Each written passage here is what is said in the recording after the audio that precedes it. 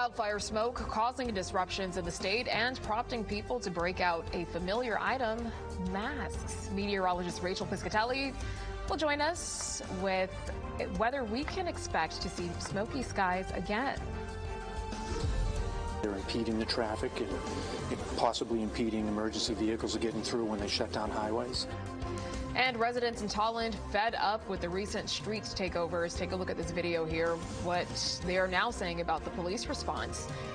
And red light cameras are on the way. We'll tell you where they could be placed right now at 5. Fox 61, Connecticut's news station, begins with a Weather Watch alert. And an air quality alert is still in effect statewide this morning. Good morning to you on this Friday. Thank you for joining us here on the Fox 61 Morning News. I'm Symphony Privet.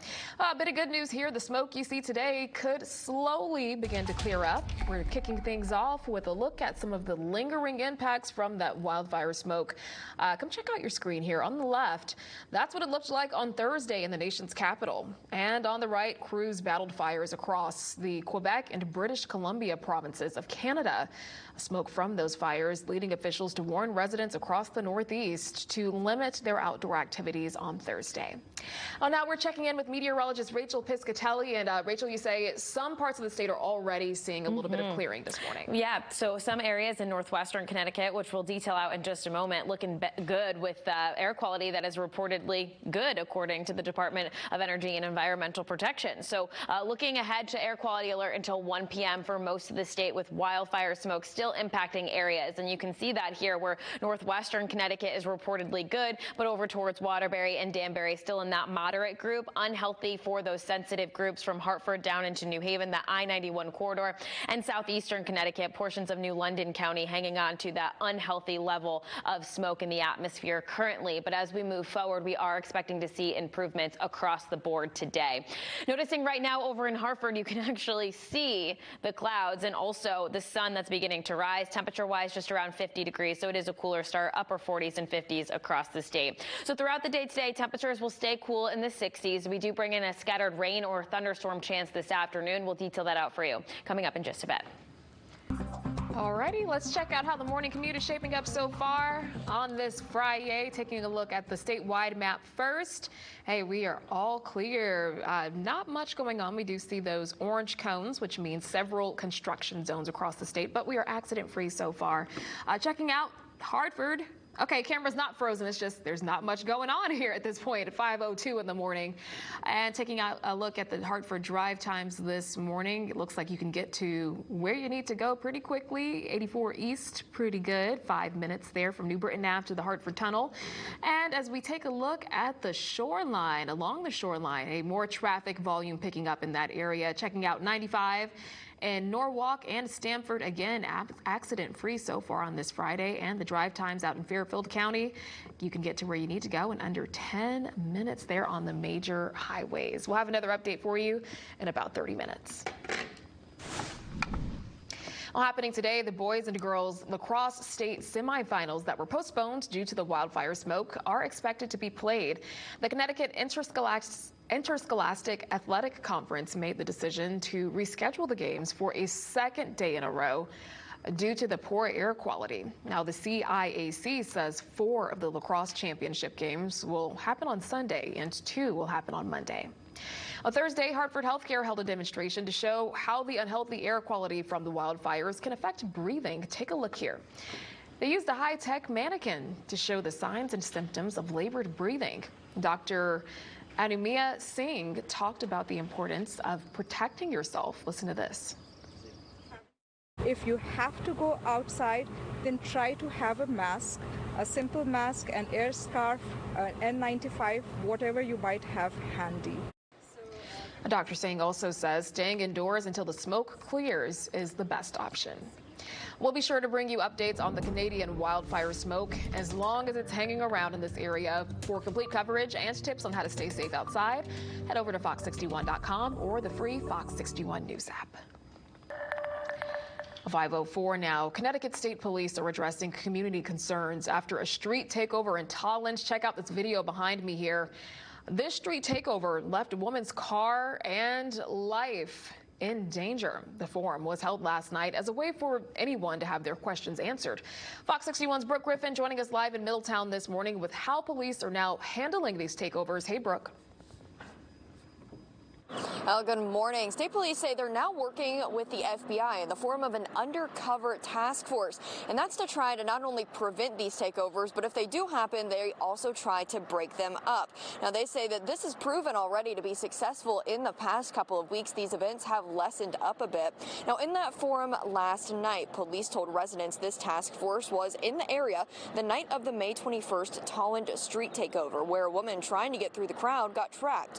Her car was beaten and jumped on, leaving her with heavy damage on that vehicle. Since then, local leaders and community members have raised questions about where the police were that night. State police say they were nearby, watching at a distance and following orders to operate under extreme caution. They say these takeover groups, mostly consisting of teenagers, seem to be tasked with dangerously engaging with police, including boxing them in and attacking them. But they say when there is a threat to public safety, the police are given orders to intervene. Concerned residents say they're shocked that this keeps happening in their community. I've lived here for like over 40 years and never, ever heard anything like this. And 2 arrests have already been made in that Tolland takeover incident, along with several arrests made in those other takeover incidents across the state of Connecticut. And state police say they're just getting started. They do expect to have quite a few more in the upcoming days and weeks. Live in Middletown, Brooke Griffin, Fox 61, Connecticut's news station. Alrighty, thank you, Brooke. We'll check back in with you later this morning. 506 now heading over to New Haven this morning as we hear from the lawyers for Randy Cox after 2 New Haven police officers were fired. Cox was paralyzed in the back of a police van nearly a year ago. The city's Board of Police Commissioners voted to fire officers Louise Rivera and Jocelyn Lavendier Wednesday night. Last June, Cox was being transported in the van without seatbelts. Take a look at this video here. The driver stopped short, sending him flying into the back of the van. New Haven's police chief has recommended the firing of all 5 officers charged in the case.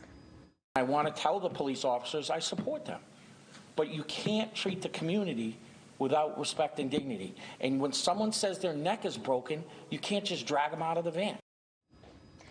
Meanwhile, Cox's attorneys filed a $100 million lawsuit against the city. Mayor Justin Elicker says he hopes they're able to reach an agreement. Sergeant Betsy Segui and Officer Oscar Diaz will face their fate at a later date. And staying in New Haven this morning, police say they've arrested a man accused in a murder in 2020. The police say Jonathan Frater of Hartford shot and killed Tylee Bellamy on Grace Street. The victim's family thanking police for their work before asking for change from their community, telling them to speak up when they see something. And a lot of people don't understand being a young mother, a black mother, trying to raise your voice in this world today is so hard.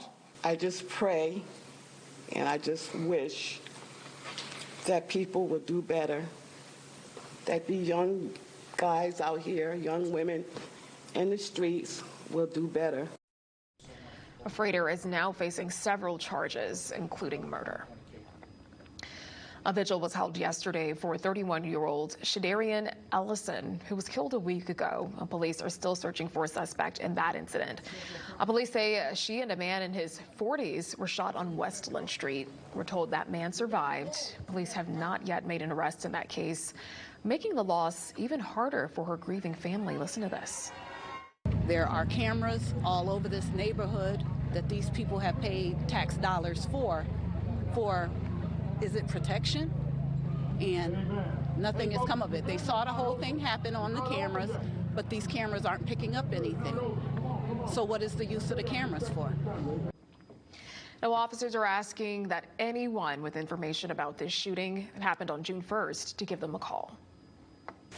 Switching gears here at 5:09, happening today, a weekend of fun kicks off in downtown Hartford as the Hartford Taste Festival returns. Organizers say the 2-day event is back with more food, vendors, musicians, and artists. The block party on Constitution Plaza starts at noon today and Saturday, and it goes until 9 p.m. The event is free, and money raised from food ticket sales will support Connecticut Food Share. Former President Donald Trump taking center stage once again. We've got the latest update and the investigation accusing him of mishandling classified documents.